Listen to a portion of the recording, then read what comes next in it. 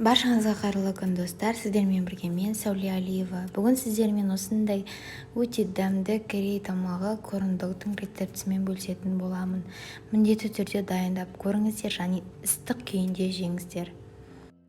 Ең алдымен бізге жылы су қажет. Жылы суымызға ашытқымыз бен қантымызды қосамыз, бір жұмыртқа қосамыз, барлығын араластырамыз.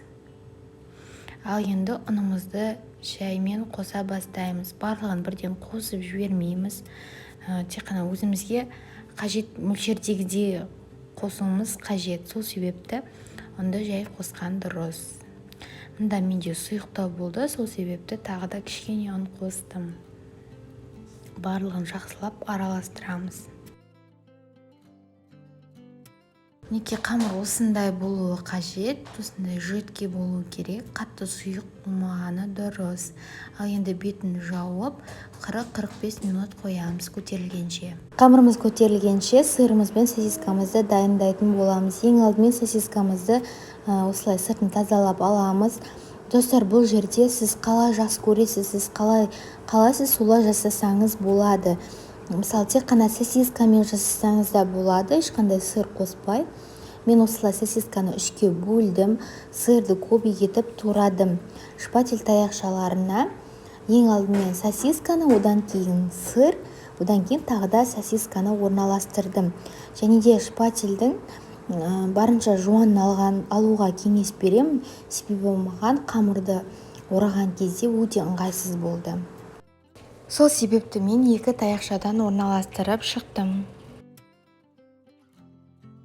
Достар, мінекей қамырымыз көтерілді 40 минуттың ішінде. Енді ыңғайлы болу үшін, яғни қамырды орауға мен тарелкаға орналастырдым. Мінекей жаңағы дайындаған сосискаларымызды мен осылай видеодағыда етіп орап шығамыз. Басында ыңғайсыз болуы мүмкін, басында дұрыс істелінбейді. Бірақ біреуін екеуін істегеннен кейін уже сразу үйреніп аласыз. Қамырға орап болғаннан кейін панировочный сухариге аунатып аламыз.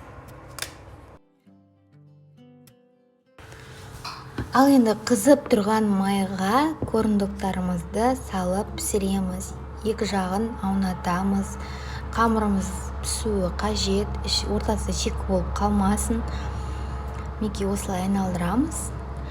Мен алдында пісіргенім, ең бірінші салғаным видеоға түспей қалыпты, сол себепті майдың іші осындай кішкене қаралау болып кетті. Әрі қарай да осылай барлығын майға пісіріп алатын боламыз.